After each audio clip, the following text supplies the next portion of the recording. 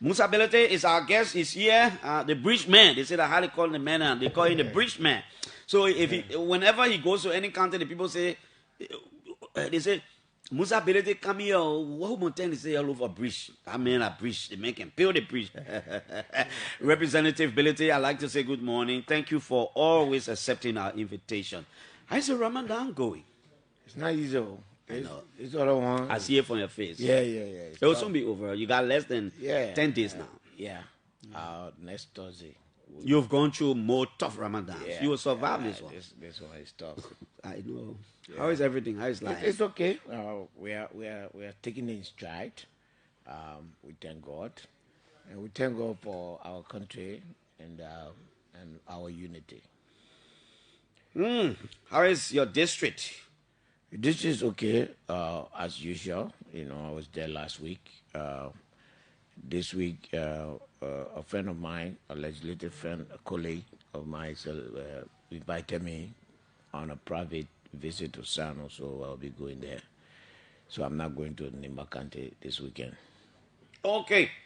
Your regular letter from Saklipi a day ago, you said, a moment that reminds us of who we are. Yes. Today at the Guinean Liberian Bolo in Lofa County, something deeply emotional happened among our people. There was an altercation, a misunderstanding between some Liberians and members of the Guinean security forces. Such disagreements, Bility said, happen in every society, and we trust that the government of Liberia, through dialogue and consultation, will resolve the matter fairly and peacefully. But what happened next is what truly touched my heart. In a moment where fear and uncertainty could have divided us, Liberians did something extraordinary. For the love of Liberia and for fear that even an inch of our land could be lost, our people moved swiftly. They stood together and raised the Liberian flag high, and then together they sang the Liberian national anthem. That moment was powerful, Bility thinks. It was not about triumph. It was not about background. It was not even about disagreement. It was about the country. In that single heroic moment, Liberians remained or reminded the world of something profound. Beneath all of our arguments, frustration, and differences, there remains a deep and unshakable love for Liberia. Moments like these reveal the true spirit of our people. They remind us that a foundation for a new Liberia already exists inside the hearts of Liberians themselves. When our national pride is awakened, we stand together. When our country is threatened, we unite. When the flag rises, we remember that we are one people. History will remember this moment, and we must remember the lesson it teaches us. The Liberia we want to build will not come from division. It will come from our same spirit. We saw a spirit of unity, pride, and love for our nation. Let us hold on to that feeling, because that feeling is the Liberia we must trust. Two things you said: the resilience, the patriotism of the young people, and secondly, that in the midst of everything, our government will get involved and it will be resolved. Why can't we translate, Bility, that kind of national spirit will carry, whether it was the fight against coronavirus or Ebola, and from what we saw in Weah to the national politics of the country? I think it's a leadership deficit. When I say leadership deficit, we all carry that burden. For me, as a country, or as a people, we have to learn. I sometimes understand that it comes, I get criticized, that's fine. But we have to learn that in moments like this, we have to stand with our country. When it comes to politics, it's a little more difficult. But when we transition to that, when we begin to see politics as a matter of policy, not as a matter of tribe or geography or religion, our country will be okay. But we have to preach it. We have to continue to say what we believe in. And more importantly, to practice it. That's why, Clarence, for us at the CMC, in times like this, or even in the heat of our politics, CMC will never do a politics that disregard right or good attitude, even if it is from opposition or it's from government. Because that little step is what you take. And we hope that the government, for instance, can reciprocate that.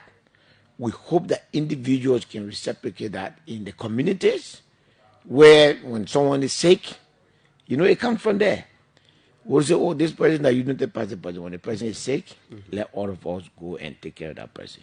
When a CDC person passes away, irrespective of the fact that, for instance, when Solomon George passed, may his soul rest in peace, sometimes, unfortunately, something comes out of us that is disgusting. And I know it's tough, but we must come together. Whether it's United Party that he was lately affiliating with, or a CDC that his entire political life has been associated with, they both should come together and provide consolation to the family, provide some level of comfort to his loved ones, and that changes our politics. It's tough, but when we the leaders do it, it begins to help. But it's a tall order. But for us, we intend to keep that pace. I know. You are no longer chair on security, right? Yes. Okay, because I know at some point you were chair on security. I wanted to ask you some very deep questions, but let's go on now. Let's talk about. There are a lot of things. Did I hear that you sponsor or submitted some bills? Yes, about yes. 4. Yes. Can we discuss it one at a time? Yes. Very briefly, we propose a bill to allow Liberians outside of Liberia the opportunity, as required by our constitution. It's not a new thing. It is a constitutional requirement. What's it relying? It's there. I'll send it to you. Let me see. Okay. Go ahead. We'll get it. Go ahead. It's as a constitutional requirement to ensure that Liberians' absentee vote must be respected. It was in our election law first. The new election law, it was removed from there. It is not fair. They are Liberian, and our constitution says they must have the right to vote. So we propose a You mean Liberians outside Liberia? Yes. Okay. The constitution of Liberia says they should have the right to vote. Okay. Unfortunately, the election commission does not. You want us to pull out that article? Yes. Yeah. Let article. me. I sent it to you, right? Well, I don't see it, but just if you can remember the article, let's pull it out and we can read as we move on. Okay, but let's go to the second. Yeah, but it's important. It's very important because I wanted to see. I have it here. Absentee ballot.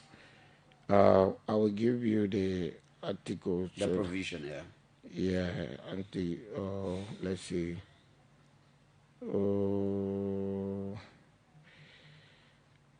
We could go on to the second one once you get that. Yeah, let me just run over it so that I can get it from the phone and give it to you. No worries. And the second one is a bill to also, they call it anti-defection bill.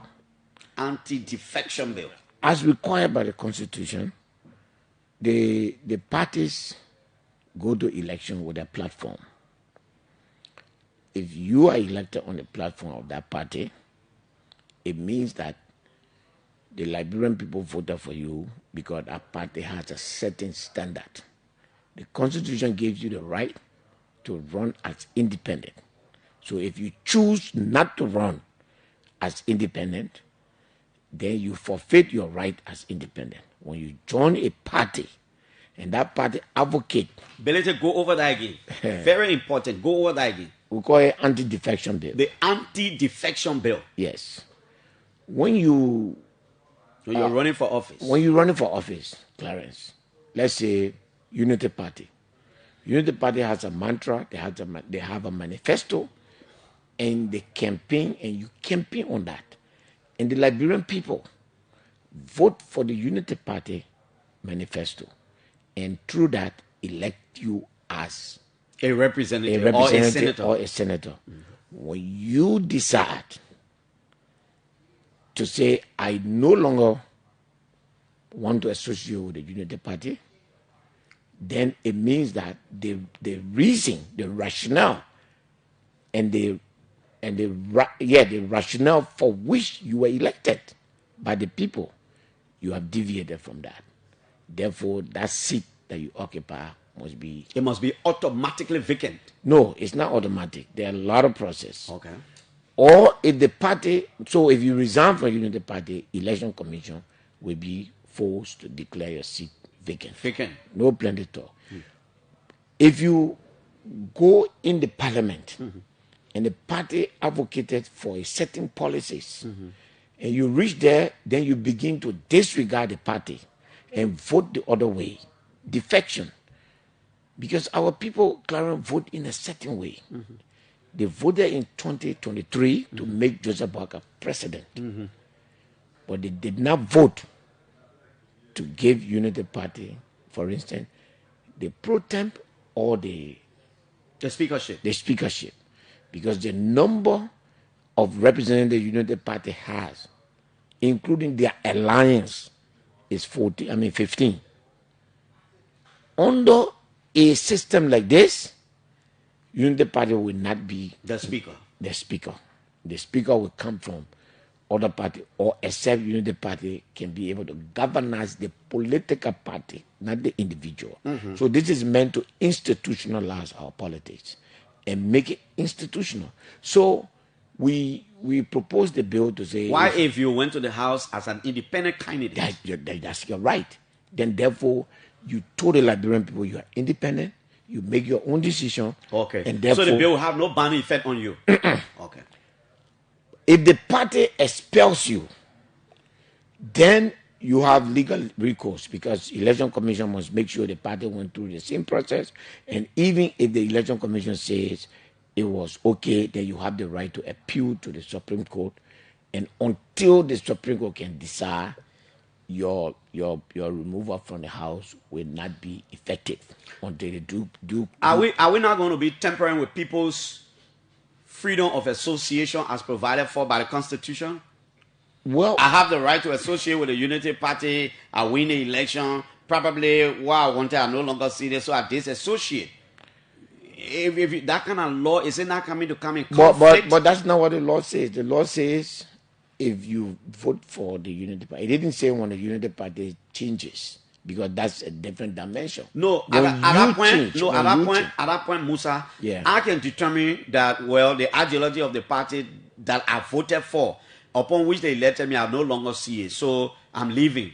It is a self-decision now. And I am protected by the Constitution as far as association is concerned. That's exactly why political parties have never been built as an institution in Liberia. Okay. That's the reason why we have not been able to create a strong opposition in Liberia or a strong ruling party in Liberia. Let's go to your third bill. The third bill is the creation of a credit bureau.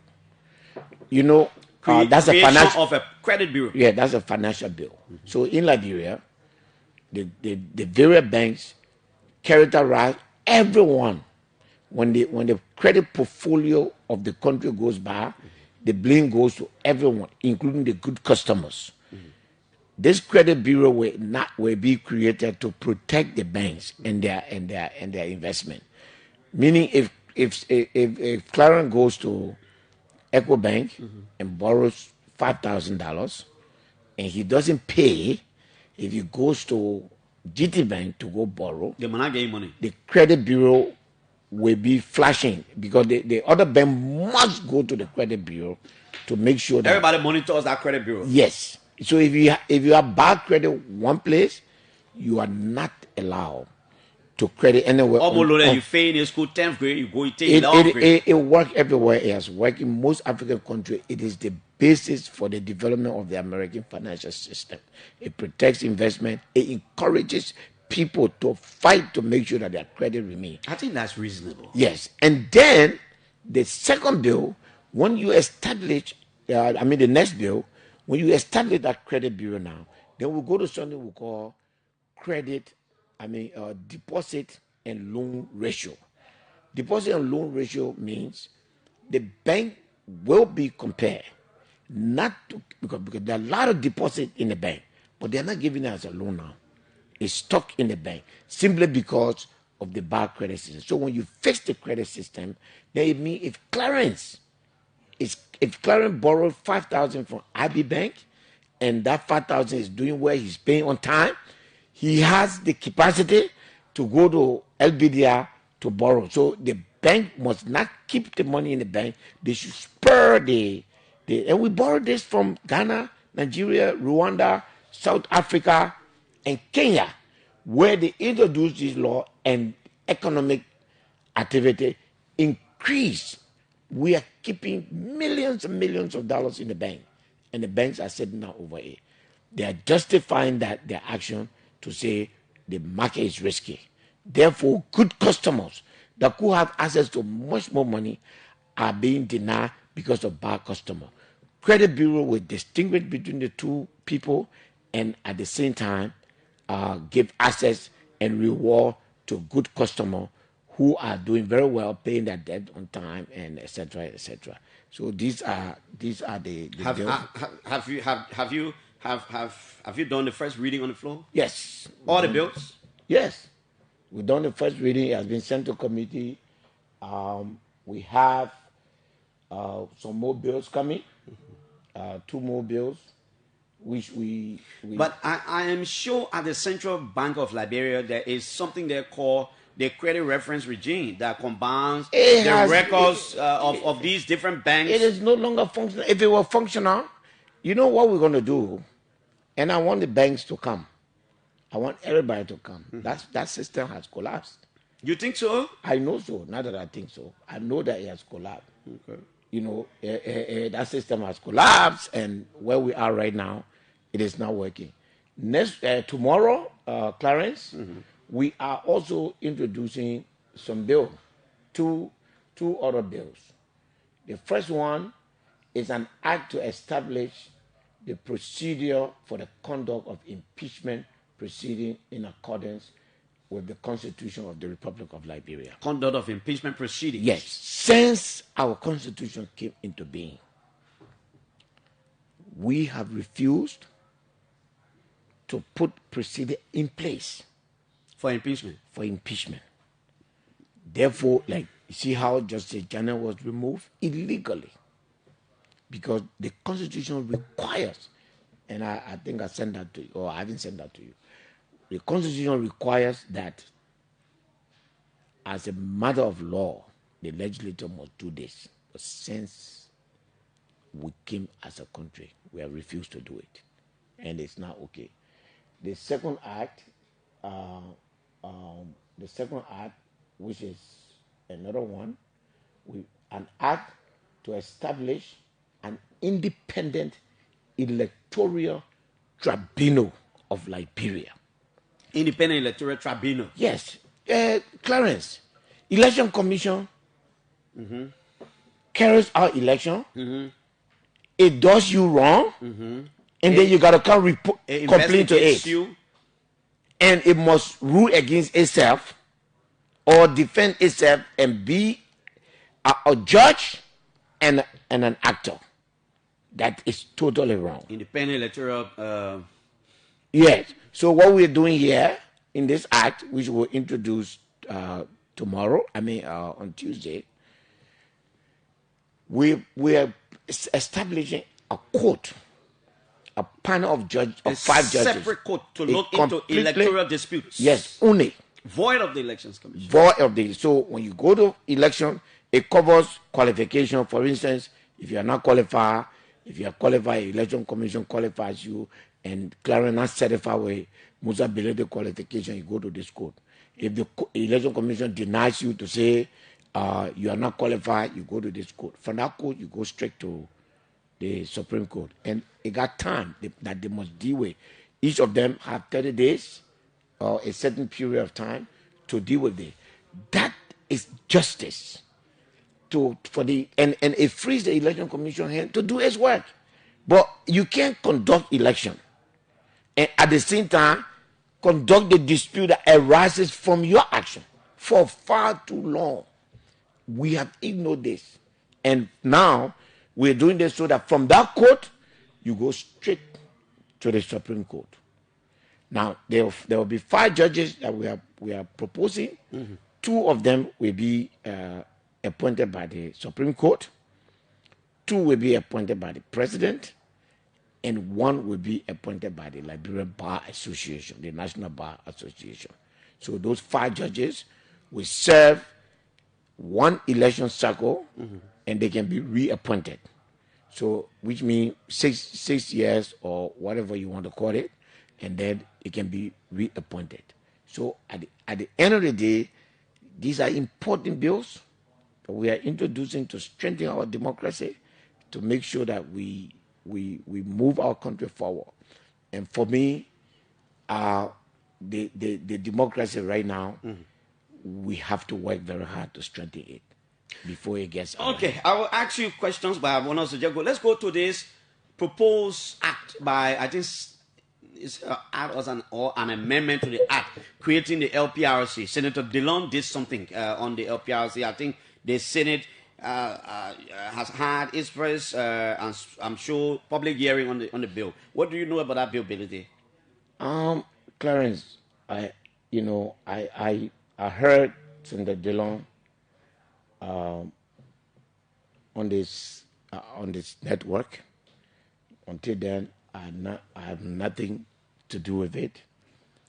And then it interests me because another bill, again for APRC, show up at the House of Representatives, which obviously was being processed in a way that it was not transparent, because major stakeholders in the industry were not informed, and I just bumped into it because I was sitting there in session.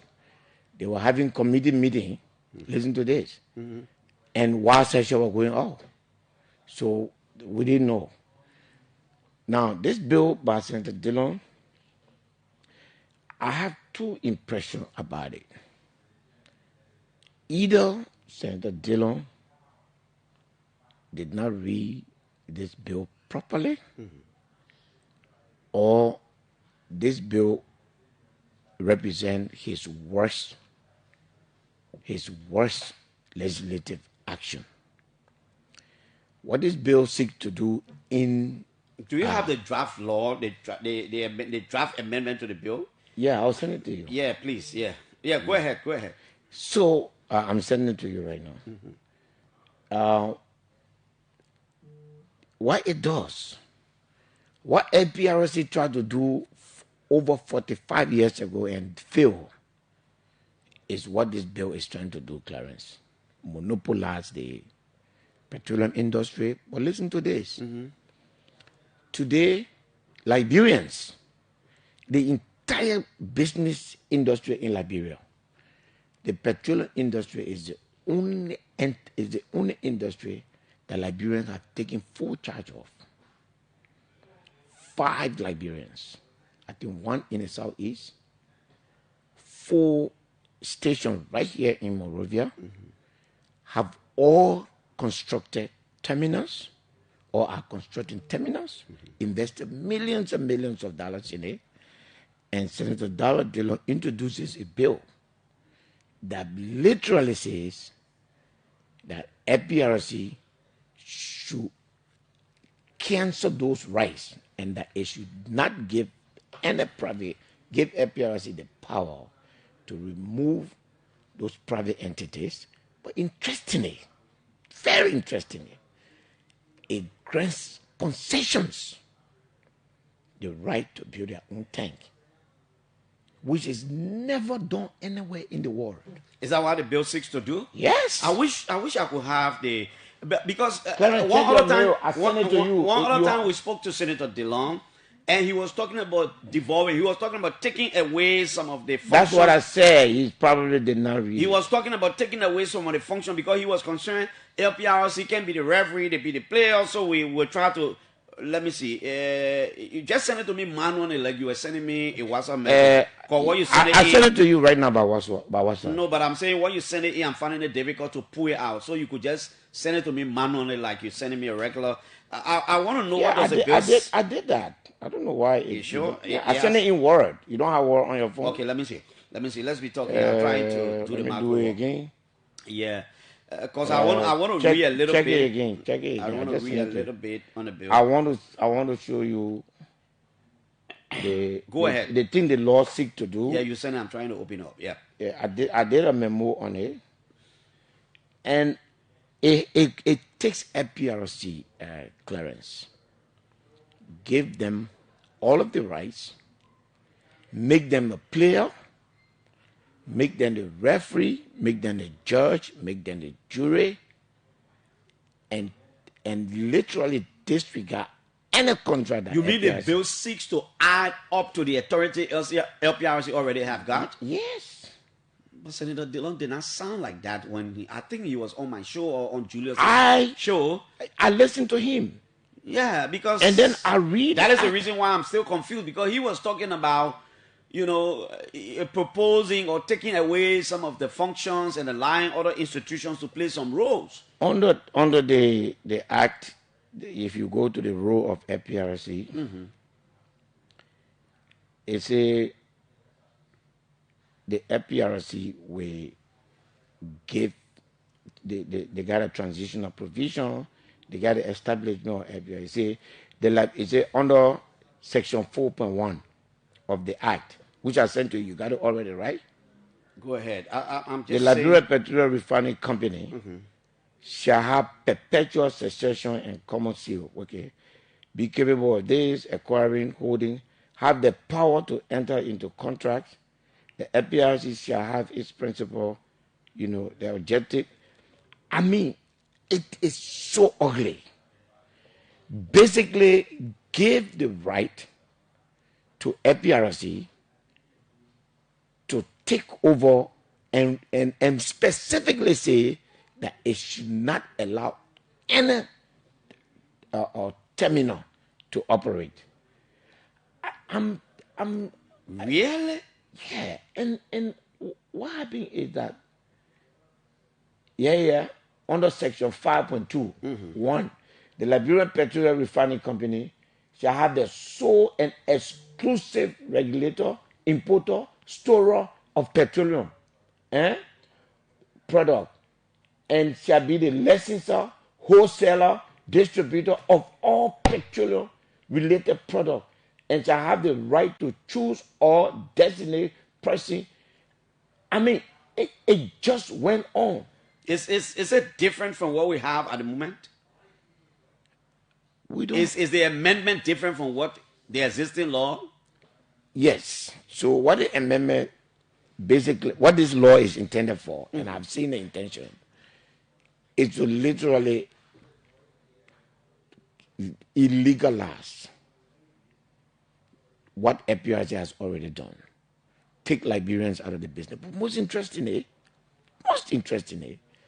allow concessions that are here to do something else and give them right to do petroleum business, which take out the petroleum industry and destroy their market and give it to concessions.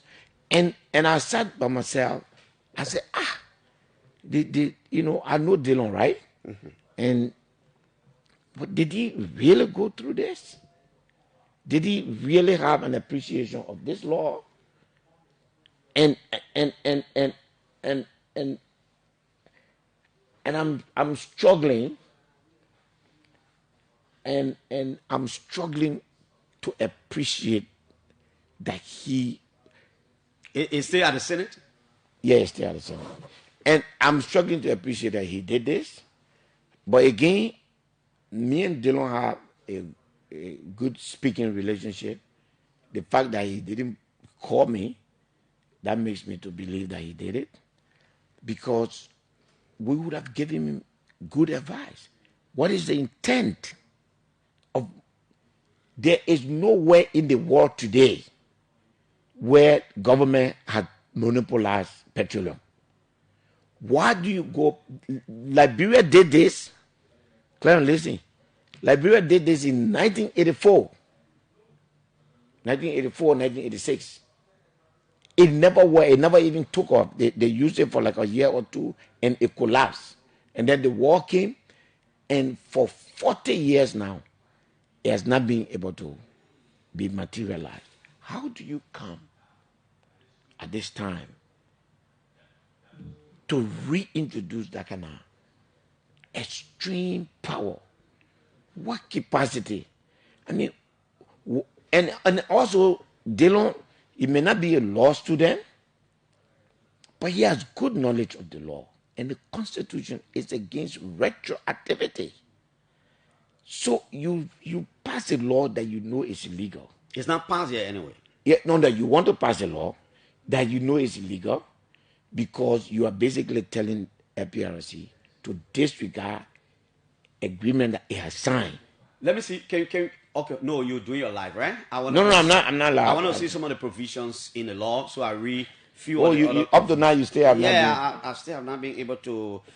It's scary. It says, is this the function? Wow. Okay, let me see. You go to the function of FPRC. That's where you will Chapter find. 5, mandate and functions.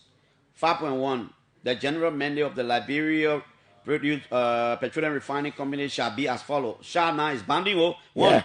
the regulation of the importation of all refined petroleum and petroleum-related products Yes. for the Liberian domestic market for internal use within the Republic of Liberia and storage of commercial petroleum products for the commerce of Liberia shall be the sole and exclusive right of LPRC, and that no entity, individual, concessionaires, public or private corporation, nor any governmental entity, foreign or otherwise, shall import or engage in the storage of petroleum products into the territorial confines of the Republic of Liberia, except with the written consent and licensing of the Liberia Petroleum Refining Company. But isn't this something that they're already doing, but Dylan is trying to ensure that it is now by law? Okay, that's the problem. What happened to what FPRC has already done? In what context? The right that FPRC has is the right that they have under the law. And they have given that right to people who, already have things. You bring another law that says going forward, nobody will be allowed to bring fuel. Nobody will be allowed to sell. Nobody will be allowed to do anything unless FPRC agrees with you. But FPRC has already agreed with you. How do you understand my point? FPRC has given right to 5-6 companies to build tanks. It has given right to more than 20 companies to import fuel. But then all of a sudden you come with a law that basically say, okay, even though we gave you the right to build tank, now we have a new law. That right, you have to come for new. Are you kidding me? What happened to the law of retroactivity under our Constitution? What happened to the law that says, and this is where I'm disappointed, because they don't know the legal framing. You could have said, without prejudice to all previous agreement. Yeah, but the law is still being discussed. It is not being passed yet. And in fact, Bility, the good thing is that even if the Senate were to pass the law, it will come to you for concurrence. And you will have your input. You asked me for my view. Yeah. Otherwise, I wouldn't talk about it. I know. But That's you why I'm asked, asking you. Yeah. you asked me for my view. I said it is. Are you also aware that you will reserve the right to have an input when a law comes before you? These are the and that's another thing. You know, these things that they do. What is the rationale? Okay, what is the rationale? Liberia Petroleum Refinery announced a year ago that they were bringing petroleum, and so they brought 1 or 2 shipmen. That's it. Okay, we'll hold you there. LPRC Managing Director Amos Stewart is calling me. Let me take him. Let's hear his perspective. Then we'll move on. I sent message to Senator DeLong. I'm asking him whether he wants to make a comment. He hasn't responded. If he did, I will pull him on to Mr. Amos Stewart, Managing Director. Go ahead. You got any other information contrary to Bility's opinion? Well, so good morning. Let me say good morning to Mr. Bility and our people. I just wanted to provide a bit of clarification because I see that Mr. Bility is attempting to twist the objective or the intent of Senator Abraham Darius DeLong. The objective of Senator DeLong is that, one, FPRC is operating on 2 instruments at the moment. One, the Article of Incorporation, 1978, and of course the 89 Act that granted LPRC the exclusive right to import, store, distribute, and so on, commercialize petroleum products. So insofar as the 2 instruments are concerned, LPRC has not been created by an act of the legislature. Senator DeLong's attempt is seeking to ensure that LPRC is created, is a statutory body of the government of Liberia. That's the core objective of Senator Abraham Darius DeLong, for which that act was submitted. Now, on the question of the functions, the different roles or mandate of LPRC on importing, storing, distributing, and commercializing petroleum products, there are concerns, and it's important to indicate here that there is no country the world over that you will not have, a reference national institution that is going to be responsible for a particular sector, for a particular thing. What Mr. Bility is advocating, is seeking to do, is that when it comes to importation, it should be left exclusively to private players, which is not the case in other countries. So you cannot leave importation exclusive. For example, in this crisis, in this situation, while we agree that the products in country, a number of them belong to private players, had not been LPRC stepping into the importation market, let me say to you here that prices of petroleum products will have gone way up in the sky by this time. Way up in the sky by this time. So you need a national institution that will ensure some control measures, that will ensure that when pricing are decided, they are decided fairly, transparently, and in the interest of the citizens of Liberia. Okay, Mr. Tua, let me just ask you before you move forward. Let me just ask you now, and that was also my concern. I was saying to Bility that probably there are things that LPRC is doing, and DeLong wants to ensure those things are done by law. But what Bility is concerned about retroactivity. Now, what will happen to the existing conditions, to the existing agreements and all these things and agreements? Yeah, they are not going to be invalidated. Okay. They are not going to be invalidated. The law will require there's a provision in the law that will specifically indicate that prior to the coming into force of this law, all contracts and agreements that were entered into by LPRC still remain valid. So, for example, if LPRC has any problem with any of the agreements in the past, we can seek recourse to the law. But we can use this opportunity because Senator DeLong is going to now ensure, working along with his colleagues in the entire legislature, to create LPRC by an act of the legislature. Then we use this opportunity and say all other agreements that were signed in the past, they are considered null and void. No. Okay, the law of retroactivity, or whatever the lawyers will call it, cannot play in this particular case. So that the trumpet or the false alarm Mr. Bility is blowing, I just want him to calm down. That do not worry.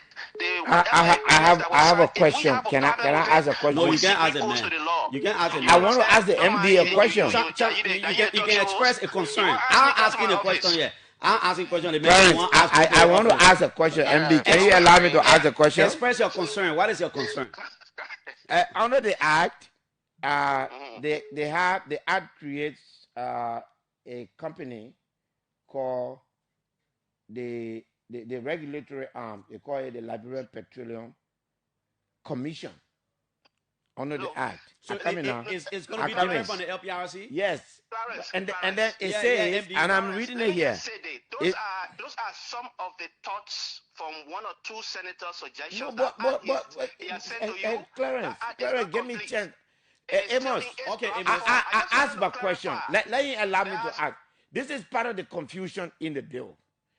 There are two entities that have been created with the same authority. No entity will be created. But here it says, but entity will come before you, like I said. I'm not speaking here as a lawmaker. Okay. I'm just saying, the Liberia Petroleum Commission, it says, issue their role now. This commission created by this act, it says their role will be issue a license for importation and or acquisition of petroleum and petroleum products, issue a license for operation of oil refineries, issue of the setting of prices, regulation. That is C act that the C law give to FPRC. Okay, thank you. Amos, we gotta leave you. That is confusing. So let me just clarify that point. Please, I want to take George Wisner. Yeah, go ahead. I want to take George Wisner. Let me just clarify that point. And the clarification here is that act Mr. Bility submitted to you is a draft act. It is still in its draft form. It's not finalized. This is not the one currently before the Senate? No.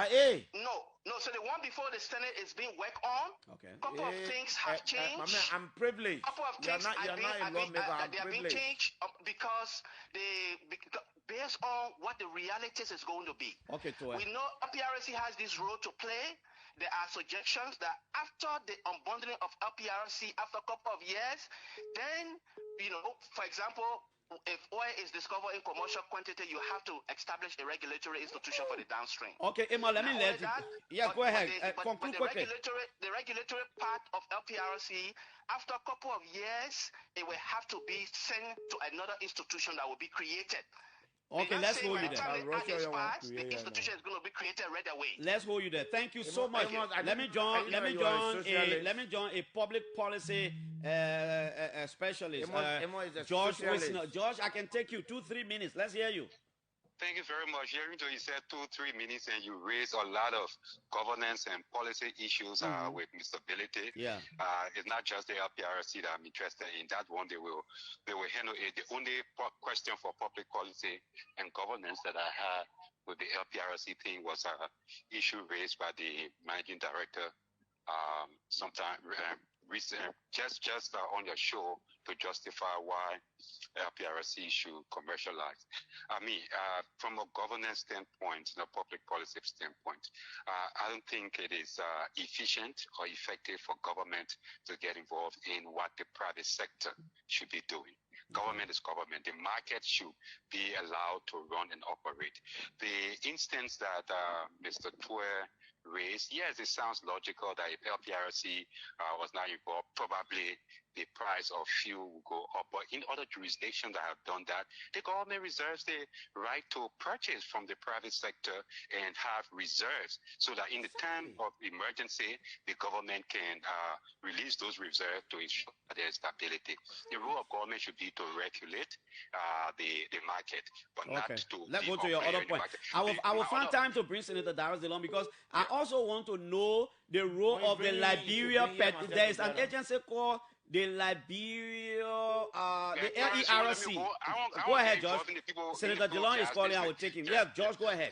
The other issue that Mr. Bility raised, and I had some question of public policy and governance, is the issue that he raised about absentee voting.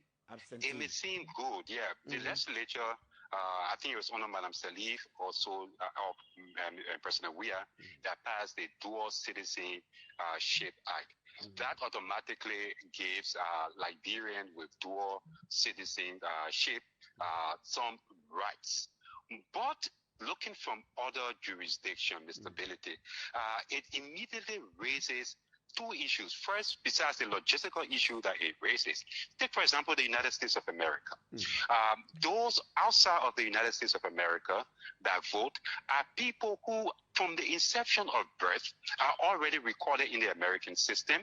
And these people somehow, direct or indirectly, contribute through taxation to the American process. The reason why the issue of absenteeism voter come in is the question, the public policy question of taxation without representation. That the citizens of a particular country have obligation to that country. And if the citizen is meeting those obligations to that country and to enjoy certain rights and privileges, why deny them? So I think that bill will benefit if it is expanded. Then the last one, please, please, that quickly. I beg you. And Mr. Bility, after this, we can have a conversation. I will be willing to do pro bono public policy advice on it. Absolutely. The other one that he raised is the issue of political defection. I want to believe what Mr. Bility is trying to do, and which is fine, is to ensure that the public, and this is the question for public policy, the problem for public policy, that when people come to vote, or vote is not just of people that you cast.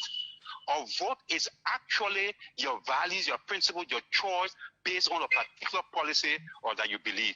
So if a political party is elected, whether senator or representative, the people vote based, the assumption is that they vote based on that party's So when you come, program, you shouldn't defect. Now, if you come, I think that law will hold so that it does not contradict another provision of the Constitution that has to do with freedom of association and freedom of free speech. Thank you. If that law only restricts that if you defect from the political party, meaning you are no longer part of the political party, but you join another political party, maybe the party in power, you will forfeit your seat. automatically forfeit your seat because you were elected on the basis Josh. of the political party. I will have you here. I will have you here sometimes next week. Thank you, on a public policy and governance note. Let me take Senator Ibrahim Daras DeLong. Senator DeLong is calling me back to back. I will take you, and then before we go to the line, because this is a debate. This is a discussion of public interest. Sam Jackson will come 9:05, 9:10. We'll take him. This is the OK Morning Rush. Senator DeLong, I'm trying to reach out to you right now. Driver, you are calling. Senator DeLong, you can please just call me back. Senator DeLong, no, I'm calling. They want to say busy. I'm calling, Bility. Senator DeLong, you can call me. Let me attempt to call him again. Please, let's hear from him because he is the progenitor. Okay. I mean, Orange informs you that the subscriber you are calling is busy. Senator DeLong, you can please call me. Yeah, go ahead. Is that if I was saying the bill, it takes into consideration all of that. Well, a minute, calling. Let me take Erin Snow, Senator Snow. Then I will take Senator DeLong. Senator Snow, let's hear you. Good morning, Clarence. Good morning. Good morning. I'm listening to you and my good friend in the studio this morning, Mr. Bility. And I just need to just let my friend know that the bill before the Senate as with coming from Senator Daras DeLong as a proponent, a lot has changed in that bill. We've had a public hearing, and I disagree with him. It's strange. You disagree with who in this case? With Mr. Bility. Mr. Bility.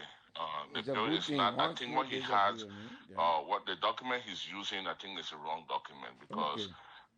If the House of Representatives is having a hearing on this bill, the Senate has no control over the House of Representatives document. But what we have before us in the Senate, we've done a lot of work on it, and we've had a public hearing on it, and it's a very strong bill. Don't mind it, man. He just want to know what you got. No, what I give you is the Senate version, but I sent it to the man. Okay, Senator Snow, the man said he sent it to you. You the call. Why you made the man talking like that? Yeah. No, I called up this morning. I saw a document from him, but I had to go to. Okay, let me take your colleague. Let me take Senator DeLong. Thank you, Senator Erin Snow. Senator DeLong, you are live. Let's hear you. Senator Snow argues that what Bility have in his hand is not what is before the Senate. Chief, what's your take? Don't make plow with the man. I beg you, Bility. Let me protect Let me protect Senator DeLong, please. Bility, I plow Bennett. Senator DeLong, go ahead. Good morning, Clarence. Good morning. Good morning, Senator. Honorable Representative, all-powerful political leader, Musa Bility, good morning.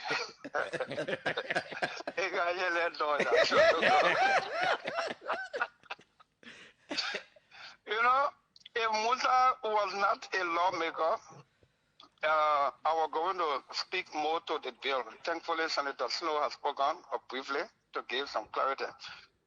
Two things quickly.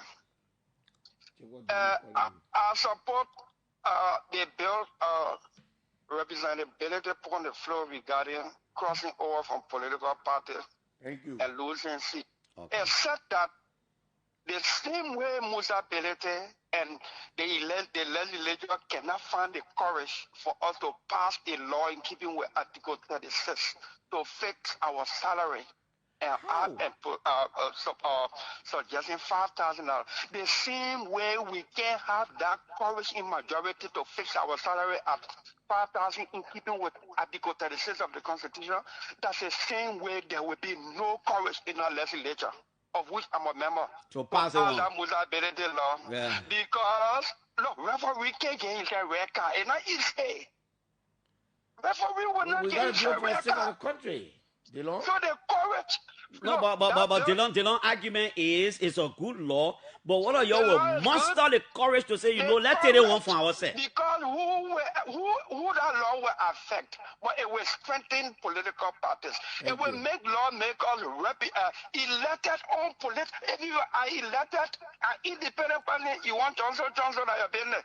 But if you are elected on political party ticket, and that party expels you on good cause with due process, you should lose your seat in the legislature. But Senator Dylan, don't you think lawmakers of good mind can mobilize the number? Chief, that bill, Jerry Zema, they bill to fix our salary.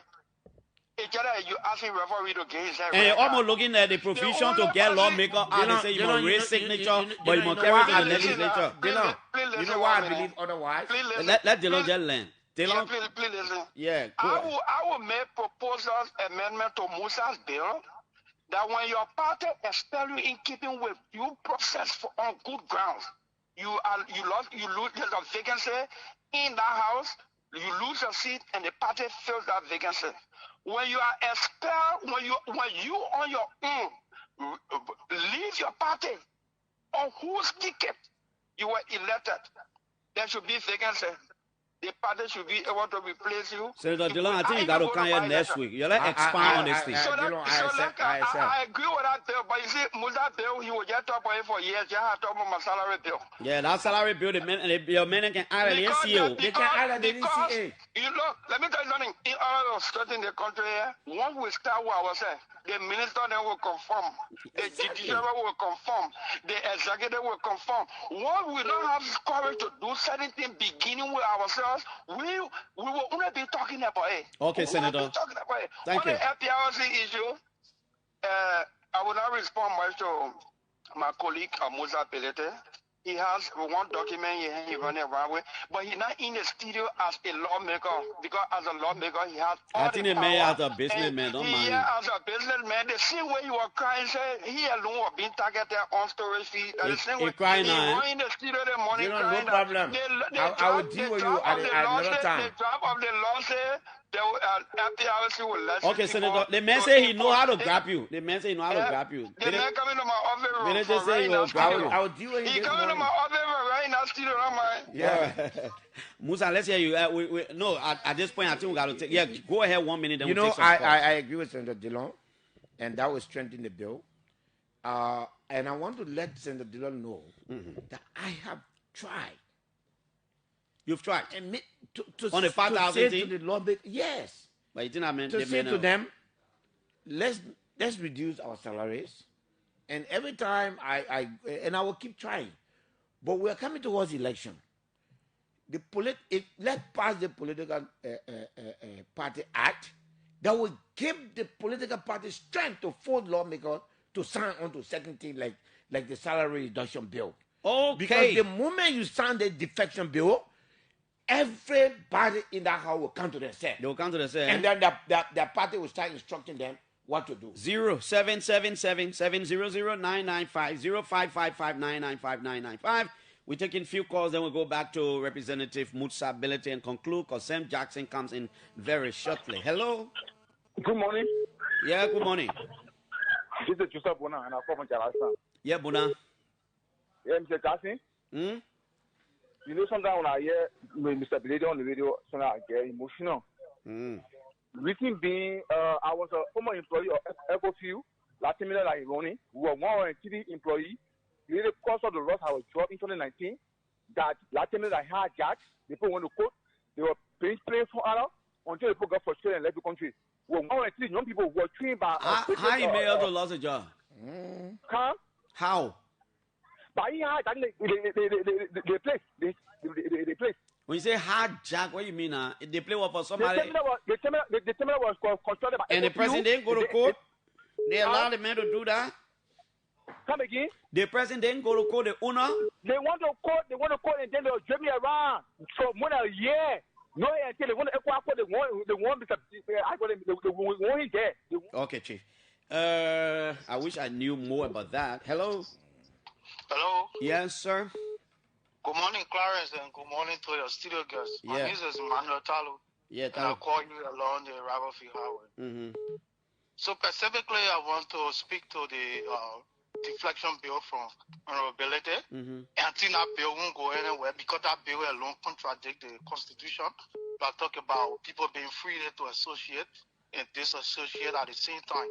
But besides that, how can a political party... But you think it's a good bill? No, I do not think so. I think it's a bad bill. Okay. Because how can over 45,000 person live in a district and a representative win with over 10,000, 15,000 votes, and then you say few executive members of a political party expel such person, and the 45,000 people... No, they say expulsion in keeping with due process. It means your party, you did something, the party investigate you, and you are wrong, and the party expels you.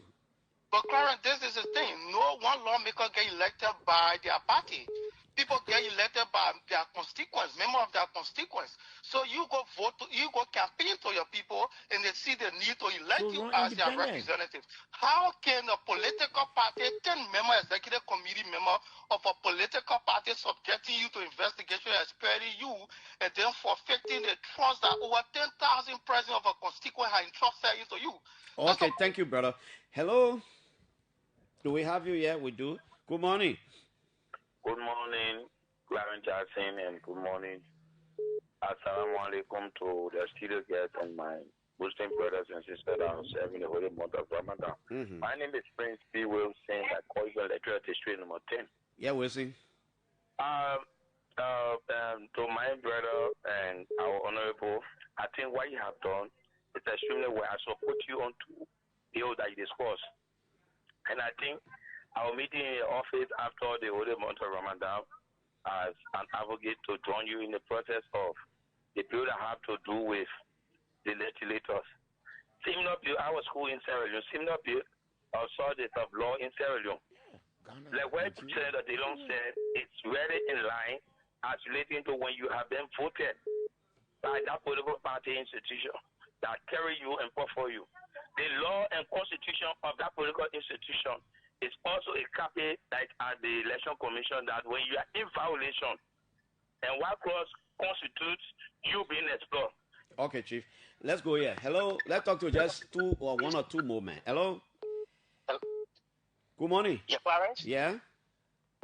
Good morning. Good morning. This is Cooper Frederick here calling. Yeah, Mr. Minister, let's hear you. So, following the discussion about the bill being proper, Deputy General Minister. Yeah. So unfortunately, I would just pick up from where the second to the last caller left. This bill, I think, it contravenes the intent of the Constitution that gave everybody that free will, and more what it does.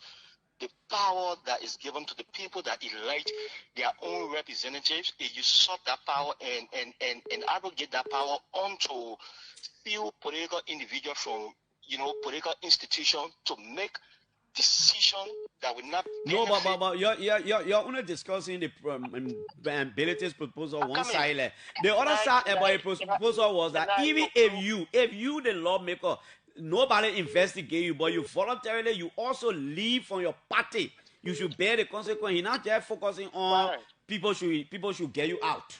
Clarence, let me conclude my thought. Yeah. the reason why the likes of Billy and others, I proposing such a bill because today he has the CMC that tomorrow, like he done in time past, purchase vehicle for the Liberty Party, and at certain point in time, if there are conflict, he goes back and get a car. So that's the same kind of ideology he's trying to put for tomorrow. If people are elected on his CMC, ticket, and they differ with him, in opinion, and he thinks and feel that he is the political leader of that party, he can, form people to go against a particular lawmaker from that party and ensure that, he's booted out but of. I don't think such bill is going to be a CNC bill. I think it's going to be a bill that will affect our political system, all parties. I don't see it contravenes the Constitution and like the second to the last quarter indicator. Okay. All right, Minister. Thank you. Bility. Let's come to you. Multi-dimensional views. Yes. Good for our democracy. Good. So let me say this. Individual, and I'm going in line. Individuals who feel that they have the support of their people with this bill can choose to run independent, because you have the right to run independent. When you run independent, you are not subject to this bill. When the people decide that this party policy, they like it, and for that, they are voting the candidate of this party. If you go and do otherwise, then that means you have violated the will of the Liberian people. That is how it works in many, many, many African countries. Let me give you a salient example. Yeah, we're concluding now. Yeah. When Funatikova was removed, if this bill was enforced, it would never have happened, because the political parties that were opposed to the removal of Funatikova, like CDC, they would have and other parties, would have told their guys to say, if you go contrary to what the party said, we'll investigate you. No, we'll expel you. The party acted against, for instance, Thomas Fala and other people. But Thomas Fala had the right to move from one party to another without consequences. And so, what we are saying, what is the true will of the Liberian people? The true will of the Liberian people from the 2023 election is that they wanted Joseph Boakai to be president of Liberia. In the same expression, they did not want United Party to control the House. United Party has 73 lawmakers on their ticket. The Liberian people in all these counties voted for Joseph Boakai and did not vote for the United Party representatives. That will of the Liberian people is what we are talking about here under the Constitution. The right of the people to choose the person they want. If they make that decision and come to the House, you individual, that 45,000, 50,000 people my brother is talking about, they voted on the party ticket. If you feel that those people don't represent partisan, go run independent. And then when you run independent, you will not be subject to this law. If we don't strengthen our political institutions, our democracy will always be struggling, because it becomes subject to the executive. It becomes subject to the manipulation of the executive. But when this bill is passed, individuals, like Senator Dillon said, you will know that I won't be independent, and I think I can win this election without the party, then go run independent. Okay, Musa Bility, thank you ever so much.